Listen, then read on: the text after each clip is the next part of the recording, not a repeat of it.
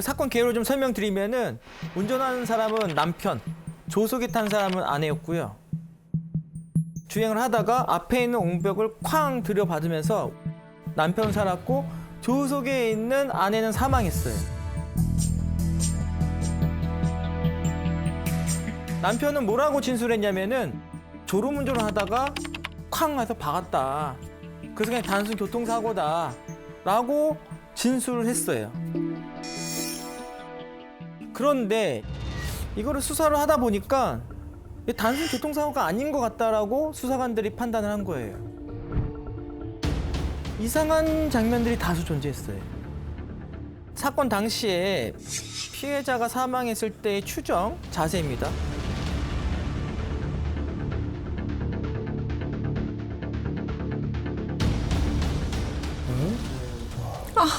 안전벨트도 되어 있지 않고 이렇게 앞으로 조수석에 이렇게 쓰러져 있는 자세예요. 안전벨트 안 맸어요?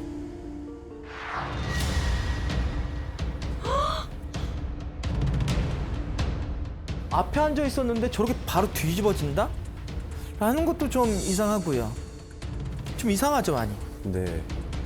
저러고 아내는 사망하고 본인은 살고. 보험 사기. 발목에 뼈가 부러져서 피부를 뚫고 나왔어요. 근데 신기하게도 심한 고초상인데도 불구하고 피가 많이 안 나왔어요. 아 그럼 그 전에 목숨을 잃었을 수도 있겠다. 그렇죠. 그죠? 차량에서 난 사고가 아니고 싫은 거다. 사고를 위장한 거다. 사고를 위장한 거죠. 그럴 수도 있겠죠.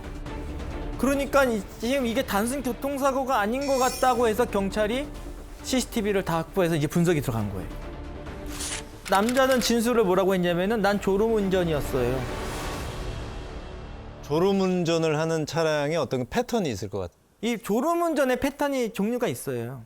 실제로 사건 보면은 차가 점점 속도가 이렇게 줄어들어요 가면서. 줄어들어요. 빨라지는 게 아니라. 이제 악셀에서 발을 떼요. 그 힘이 빠지니까. 그렇죠. 그리고 핸들도 갑자기 좌우로 비틀비틀 거리다가 한쪽으로 쓱 가요. 그리고 브레이크도 안 밟고 갑자기 쿵 하고 밟고 그래요. 아니면 마지막에는 쓱 가다가 놀래서 핸들을 확 꺾어버리면서 이렇게 틀어지는 경우들도 있어요.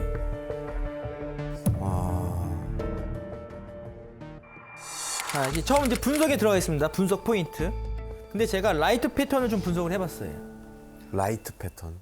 그걸 보고선 이 차량이 어느 궤적으로 가는지를 볼 수가 있어요.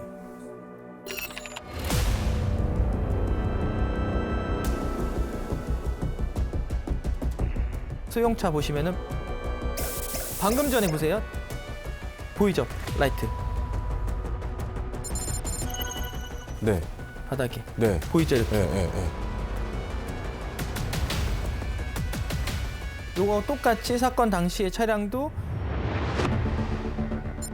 비친다. 요런 식으로 라이트가 가 있어요.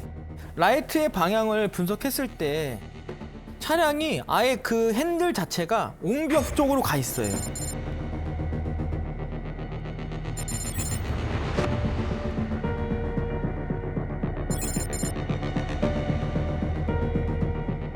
그리고 주행 시뮬레이션을 해봤어요. 운전자가 봤을 때 주행상 어떻게 보이는지.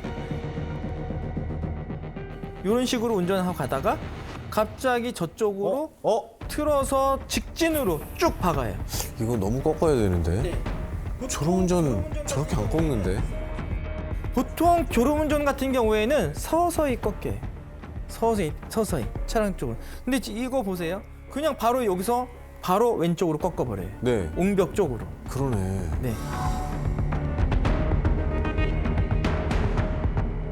그리고 이 사람이 졸음운전이 아니라는 명확한 증거는 아까 여러분들이 봤던 영상에 고스란히 담겨져 있어요. 아까 처음 봤던 거요? 네.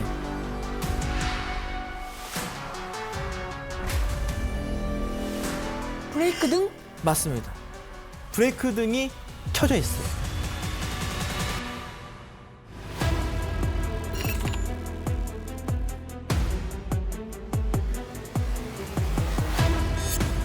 여기 위에 보이는 보조 브레이크 등 이게 저도 처음에 원래 켜져 있는 건가 했는데 이후에 보세요. 쾅 했을 때 꺼져요.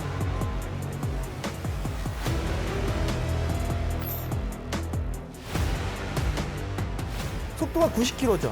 그러면 그 전에 더 빠른 속도로 왔다는 거예요. 그쵸. 브레이크를 밟았으니까. 더 빠른 속도로 와서 여기서 내가 저기 밟을 거를 인지했으니까 위치를 맞추려면은 브레이크를 밟아야겠죠. 그리고 조향을 해야겠죠. 그러니까 이 사고 났을 때 눈 뜨고 있은 상태예요. 눈 뜨고. 정확히 눈 뜨고선 주행해서 가서 90km의 속도로 밟은 거다. 그러니까 속도 변화도 본인이 했고 조향도 했기 때문에 이거는 졸음 운전으로 볼 수 없다라고 판단을 한 겁니다. 와 진짜 못했다.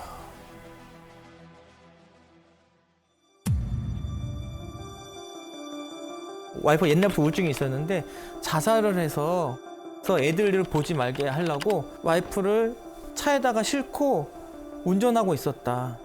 그 상식적으로 말이 안 되죠.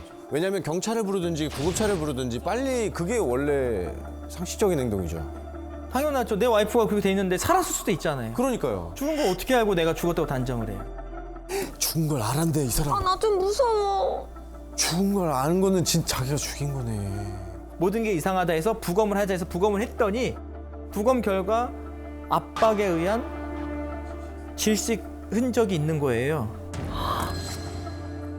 야 진짜 악질이다. 또한 사건 발생 시간은 4시 52분이거든요. 근데 사건 현장에 6분 전에 한 번 더 왔던 것으로 확인이 돼요. 오, 아까 그 차예요? 차예요? 네.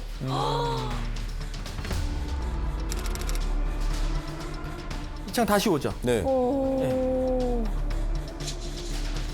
목적지 없이 주변을 계속 배회합니다.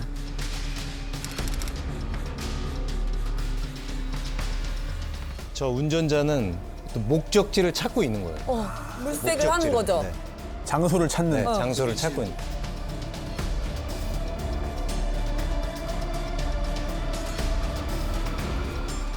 갑자기 여기서 이거 유턴하는 것까요? 좌회전하는 것까요? 좌회전 아니에요?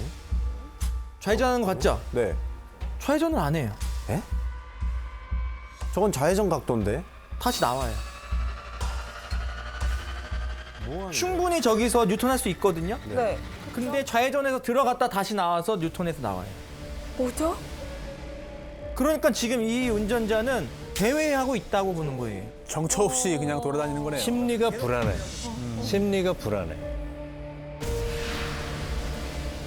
고민을 하는 네, 게 네. 아닐까. 어떻게 해야 할지에 어떻게 해야 대해서. 될지.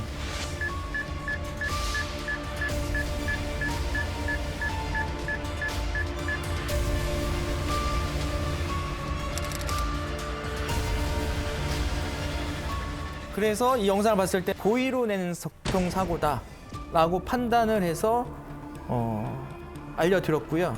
근데 이 결과는 어떻게 됐냐면은 1심, 2심 재판부 모두 살해한 게 맞다. 징역 35년을 선고했어요. 35년. 대법원에서도 이제 상고 다 기각해서 확정 판결 나왔는데 이제 이례적인 게 검사가 구형을 30년을 했대요.